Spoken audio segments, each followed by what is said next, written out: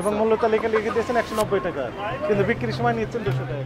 মুরগি নিয়েও রোজার মাসে প্রতারণা। একসময় হাতে নাতে ধরল ভোক্তা কর্মকর্তা।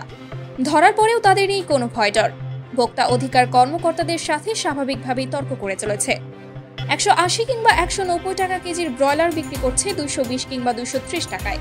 শুধু তাই নয়, ভোক্তা অধিকার কর্মকর্তা যখন হিসেব চায় তখন তারা 9-6 বোঝানোর চেষ্টা করলেও একসময় স্বীকার করে যে তারা মানুষের সঙ্গে প্রতারণা করছে। যেখানে বিভিন্ন দেশের লোকেরা জিনিসপত্র কিংবা বিভিন্ন জিনিসের দাম কমাতে ব্যস্ত, সেখানে বাংলাদেশে দিন দিন পণ্যের দাম এতটা বাড়াচ্ছে বিক্রেতারা, যেটা আকাশ ছুঁয়ে যাচ্ছে।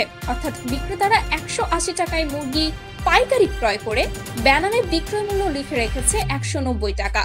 তাও এমনভাবে লিখেছে যেটা কারো চোখেও পড়ে না, এত ছোট করে লিখেছে তারা। অথচ সেই মুরগি কেজি প্রতি বিক্রি করছে 220 থেকে 230 টাকার উপরে। ভোক্তা অধিকার কর্মকর্তা বলেন যে আসলে কি লাগবে, মাইক্রোস্কোপ যন্ত্র লাগবে, এটা দেখাতে। তারা এমনভাবে ক্রয় মূল্য লিখে রেখেছে, মাইক্রোস্কোপ ছাড়া সেটি কোনোভাবেই সম্ভব নয় দেখা, কারণ তারা এত ছোট করে দাম লিখে রাখে। প্রতি কেজি মুরগিতে যেখানে লাভ হয় 20 থেকে 30 টাকা, সেখানে বিক্রেতারা লাভ করছে 50 থেকে 60 টাকা।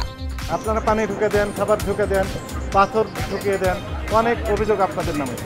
এবং এভাবেই দিনের পর দিন ঠকিয়ে যাচ্ছে সাধারণ জনগণকে। কেউ কেউ বলছেন এটা এতটাই লোভী যে যদি বলা হয় কয়েকদিন পর কিয়ামত হবে, তাও এই ব্যবসায়ীরা দাম কমাবে না। বলবে ভবিষ্যতের সন্তানদের কি জবাব দিবে। এখানে বিভিন্ন রকমের কারচুপি কারসাজি করেন। এদের মতোই অসাধু ব্যবসায়ীরা দিনের পর দিন দুর্নীতি করেই চলেছে। তাই আপনার আশেপাশে এমন দুর্নীতিবাজ লোকদের ধরিয়ে দিন ভোক্তা অধিকার কর্মকর্তাদের কাছে। প্রিয় দর্শক, আজকের জন্য এতটুকুই। পরবর্তী ভিডিওতে দেখা হবে, তাই ভিডিওটি ভালো লাগলে শেয়ার করে দিতে পারেন, লাইক এবং ফলো করে সাথেই থাকুন জুম বাংলার।